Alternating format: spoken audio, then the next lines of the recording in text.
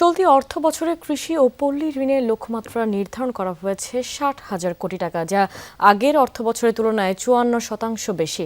ব্যাংকগুলোর মোট ঋণের কমপক্ষে 4% কৃষি খাতে বিতরণ করতে হবে। দুপুরে ব্যাংকের প্রধান নির্বাহীদের সঙ্গে বৈঠকের পর নতুন কৃষি ও পল্লী ঋণ নীতিমালা ঘোষণা করে Bangladesh bank. Deputy governor doctor Habibur Rahman বলেন, গ্রামীণ ও কৃষি অর্থনীতি চাঙা করার উদ্যোগ নেওয়া হয়েছে। ঋণ বিতরণের লক্ষ্যমাত্রা অর্জিত হলে গ্রামে কর্মসংস্থান বাড়বে।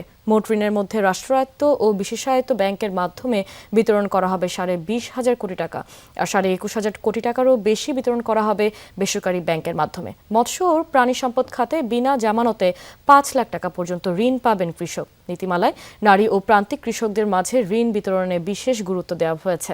প্রকৃত কৃষক শনাক্তে কৃষক কার্ড ও কর্মকর্তাদের প্রত্যয়ন চালুর পাশাপাশি বাধ্যতামূলক পাস বইয়ের নিয়ম বাতিল করা হয়েছে। একই সাথে চুক্তিভিত্তিক চাষাবাদে ঋণ পাওয়া আরও সহজ করা হয়েছে। কৃষি ঋণ কার্যক্রম তদারকি করতে চালু করা হয়েছে নতুন সফটওয়্যার।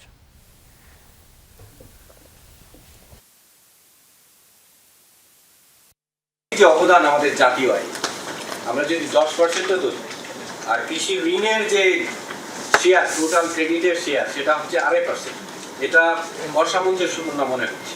অর্থাৎ কৃষির অবদানকে স্বীকার করে কৃষির উন্নয়নকে যদি আমরা আরো এগিয়ে নিয়ে যেতে চাই, কৃষিতে আসলে আরো মনোযোগ দেওয়া হবে। এই উদ্দেশ্যকে সামনে রেখে আমরা 2.5% থেকে এবার 4% উন্নীত করেছি।